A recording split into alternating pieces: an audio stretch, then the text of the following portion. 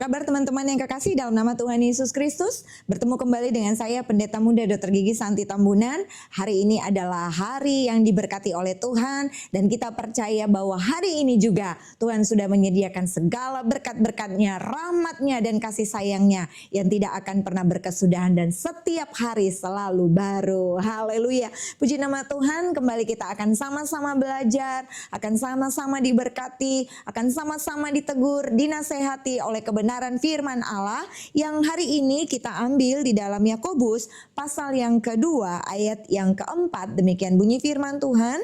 Bukankah kamu telah membuat perbedaan di dalam hidupmu dan bertindak sebagai hakim dengan pikiran yang jahat? Haleluya.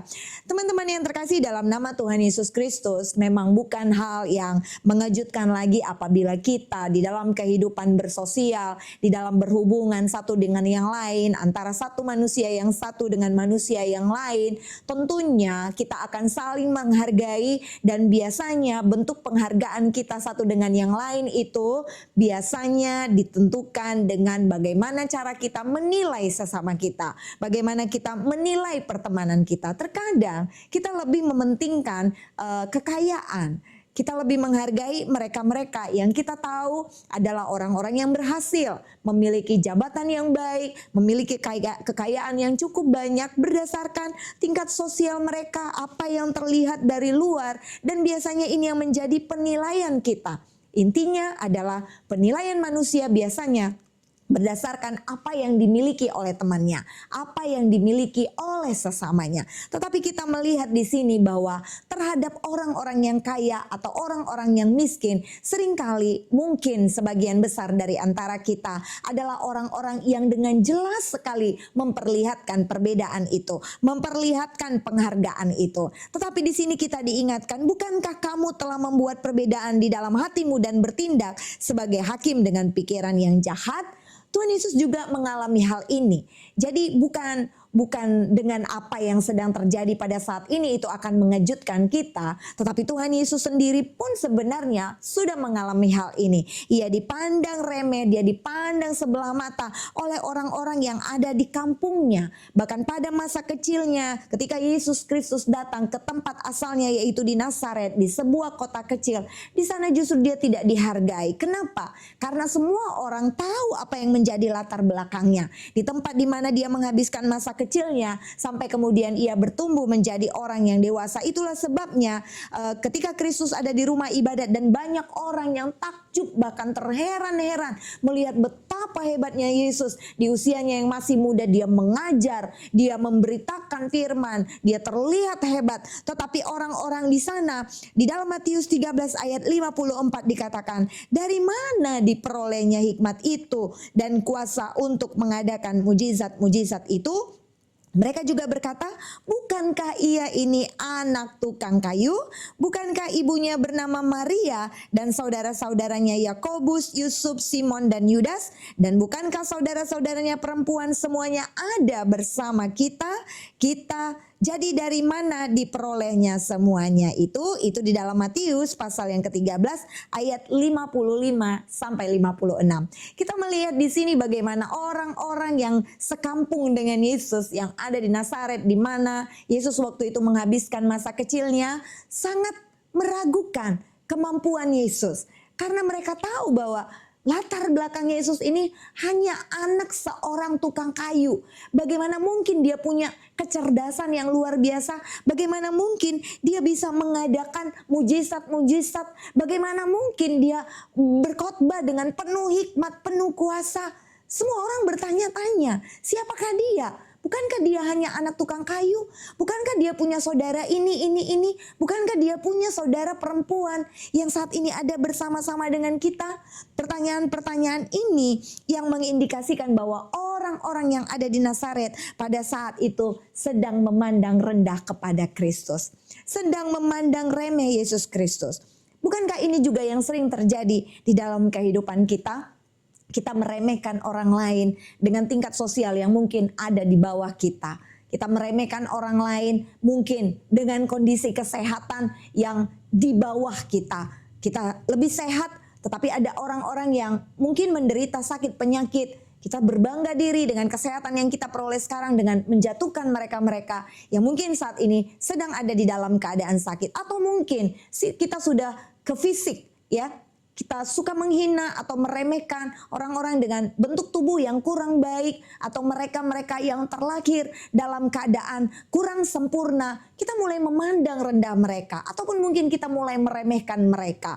Kepada orang-orang yang kurang cakap di dalam berkata-kata, kita biasanya mengejek mereka, meremehkan mereka, bahkan tidak menganggap mereka sama sekali.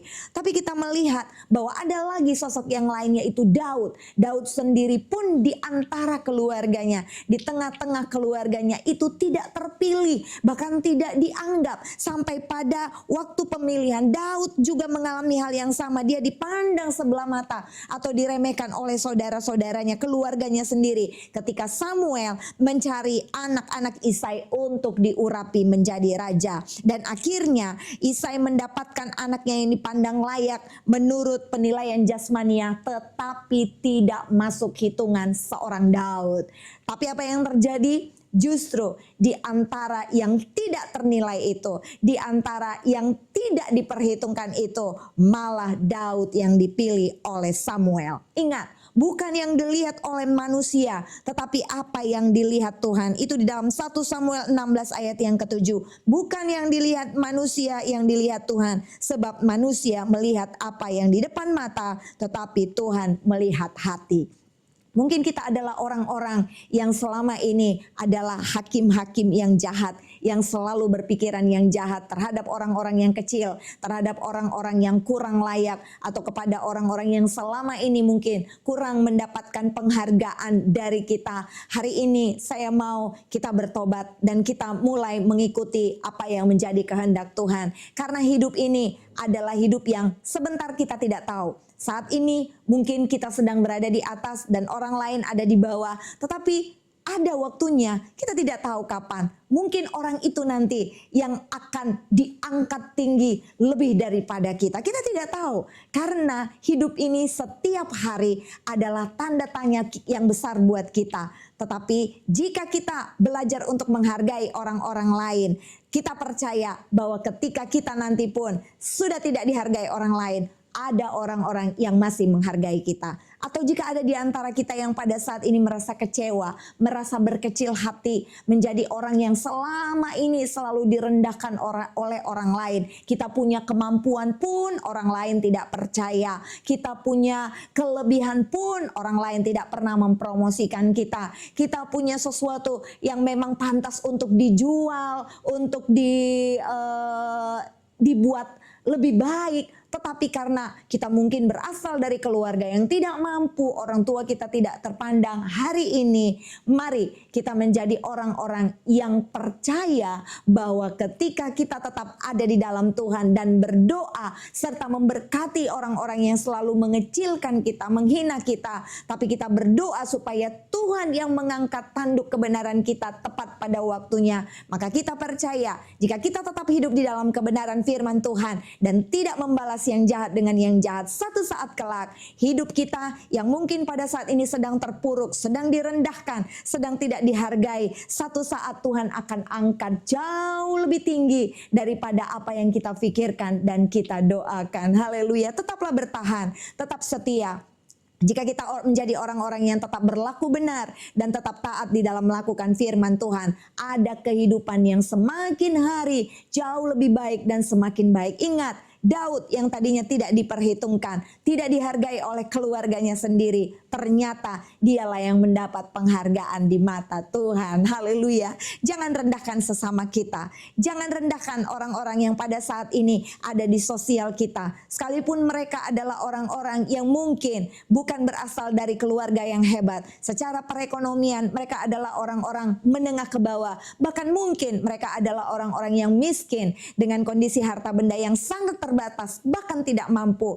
Tetapi ketika kita menjadi orang-orang yang rendah hati, yang tetap bersosial dengan mereka, yang tetap bergaul karib dengan mereka, ingatlah satu saat kita pasti akan diangkat Tuhan. Kita juga tidak tahu rezeki mereka. Satu saat mungkin mereka akan diangkat menjadi orang-orang yang hebat. Dan satu saat kita juga akan mengalami masa-masa di mana kita tidak sehebat di titik yang ada sekarang. Ingatlah bahwa hidup kita ada di dalam tangan Tuhan. Tetapi jika kita adalah orang-orang yang percaya kepada Tuhan, rancangan Tuhan adalah rancangan masa depan yang penuh harapan. Kita tidak perlu khawatir, kita tidak perlu ragu dengan apa yang akan terjadi ke depannya. Sepanjang kita melakukan apa yang benar, apa yang berkenan di hadapan Tuhan, maka kita akan menerima janji-janji kemenangan daripada Tuhan. Haleluya. Siapa yang memandang rendah sesamanya sama dengan menghina penciptanya. Karena Tuhan mencipta kita, membentuk kita dengan tangannya sendiri. Bukan dengan perkataan, tetapi Dia menciptakan kita dengan tangannya.